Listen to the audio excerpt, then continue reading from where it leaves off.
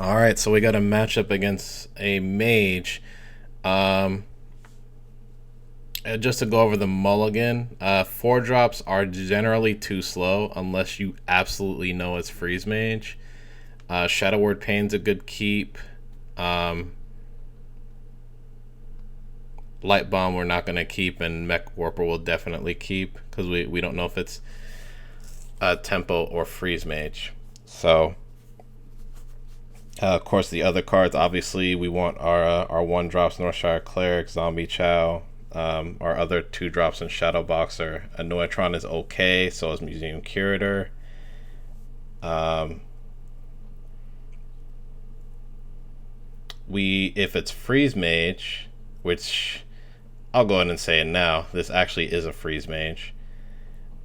We'll only want to keep Lotheb, Piloted Shredder, and Doctor Boom if we're on the coin and we know it's Freeze Mage. So I go ahead and coin out the Mech Warper, hoping that he can't deal with it, but of course he just Frostbolts it right away, which actually is pretty good for me. And the turn 3 Acolyte of Pain on the empty board just confirms that he's Freeze Mage. So I stop for a second here because I think about if I want to Shadow Word Pain this. Acolyte is a good target, but you really should be saving Shadow Word Pain for Doomsayer. And the reason why is because you just want to be able to get through their Doomsayer freeze combos, whether it's Frost Nova or Blizzard. So here I'm going to drop the Piloted Shredder that I just picked up, even though I have one in hand. And Piloted Shredder is excellent against Freeze Mage. It's really hard for them to deal with. He throws a torch at it, and looks like he's just going to clear it with the Scientist and keep his Acolyte alive. So I'm going to drop the second Shredder here, and then Power Shield it, and make it a little bit harder for him to kill. He'll need a Fireball to get rid of this. But yeah, this particular Freeze Mage, I did try to select as many games as possible versus opponents that just had standard deck lists. This Freeze Mage is standard for the most part, but it has a bit of an interesting alternate win condition for the late game. But in general, Freeze Mage is actually a pretty bad matchup for this deck. It's not the worst matchup, but it's pretty far down there. It's probably second or third worst. Because we're a tempo deck, so Freeze Mage does well against tempo-based decks. Zoo struggles. Tempo Mage can struggle too. So we mid-range things like mid-range Paladin, Secret Paladin. You just need to be as aggressive as possible, get as much damage on the board as you can, and at the same time, you have to be wary of the different ways they can clear the board on specific turns in the mid-game, like the Doomsayer Frost Nova combo on turn 5, Blizzard on turn 6. The Freeze Mages these days, the standard ones tend to not run Flame Strike, but I guess you can be careful. You can try to be careful for that as well. Here I'm just going to get rid of Thorstein right away. If I had an answer to it, I still would have went with Defender of Argus because I like to deal with Thorstein with my board in this matchup, and you'd much rather want to save things like save Shadow Word Death and Entomb for things like this, Archmage Antonidas, or Alexstrasza. That's what you really want to save your Shadow Word Death and your Entomb for. Or if you think they have Malygos, you'll want to Entomb Malygos. Here, because I don't have a way of beating Antonidas, I decide to go ahead and drop Lotheb now. You really want to save Lotheb only when you can either set up lethal or after Alexstrasza drops. Lotheb is also good after Antonidas comes down, just because it means that they can't make multiple fireballs. So here I'm just gonna deal with it using my board because this thing needs to go as soon as possible. And I think here I'm going to drop Dr. Boom, I believe. Yes, I do. As Dr. Boom is extremely difficult for Freeze Mage to deal with. Go ahead and drop Curator just to see what else I can get. None of these are particularly useful. So Sylvanas is just overall the best, but even Sylvanas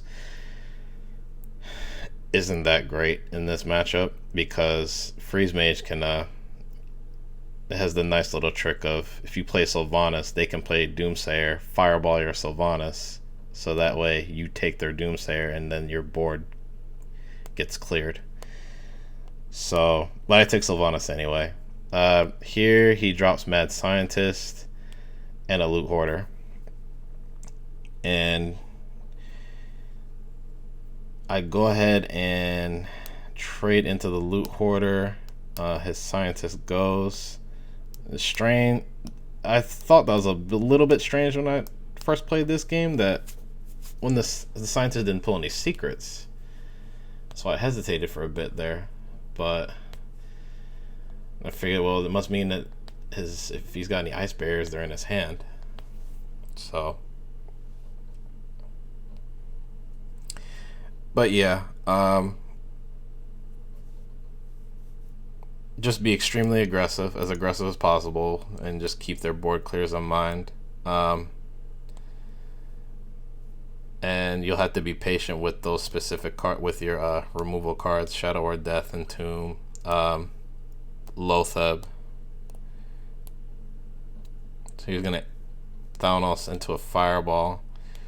As far as Cabal Shadow Priest is also pretty useful in this matchup. You want to take their Acolyte of Pain, and is a good target.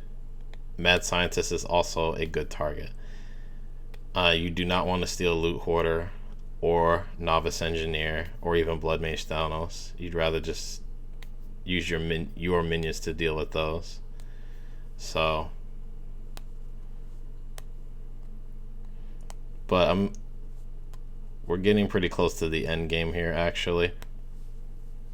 I finally decided to just sack the Boom Bot just to get some damage on him. Still no ice barrier, which I find surprising. Here I go ahead and I believe I play Sylvanas here, which is very dangerous in hindsight, because again, there have been no Doomsayers played yet, although he has played Fireball, but he's played Forgotten Torch, so he could have drawn Roaring Torch with Doomsayer. But this board isn't that threatening. I mean, it's threatening to him now because he's at 7, but so he Alex's, and this is where this is when you need to use Holy Nova. You never use Holy Nova until after Alex comes down in this matchup, because there is no heal in this deck outside of Holy Nova and your own hero power. So as soon as you get Alex down to 15, you'll want to if Holy Nova's in your hand, you just go ahead and use it, and then hero power heal your face and go up to 19. Make it as hard as for Freeze Mage to kill you as possible. I did a nice little trick there, and Shadow or Death my own Sylvanas so I could take his Alex. At least now he won't be able to do the Doomsayer shenanigans anymore. So, and I've still got Shadow or Pain in my hand for the first Doomsayer whenever my opponent decides to play it. But it is a tough matchup. It's not easy by any means. Especially if you don't get that early board, you won't be able to pressure the Freeze Mage. You're going to give them time to draw into what they need, and that ends up pretty much sealing the deal. And then my version of Mech Priest does not have I don't run Burst in the deck at all. So here, like I said, Acolyte of Pain's a good target. It's especially good that I stole it in this situation, so that way he can't ping for another answer. So he's basically forced to have the second ice block in his hand or die.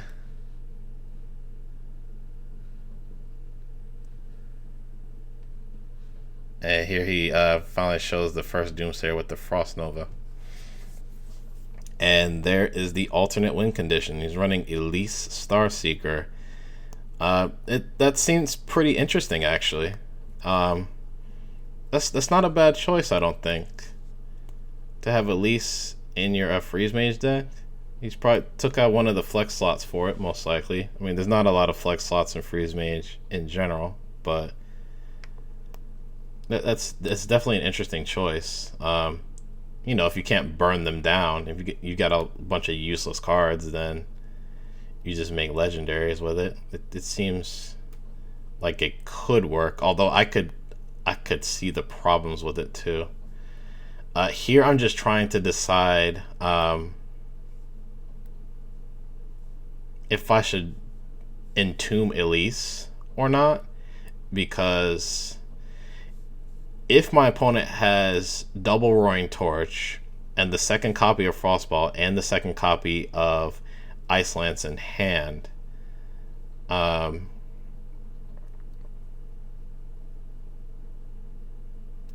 there was a chance he could have killed me, but then he'd have to go through Annoyatron, which that's difficult enough as it is. So unfortunately my opponent doesn't have it, and he commits the honorable seppuku, and that's the game. Hope you guys enjoyed it, and I'll see you guys in the next game.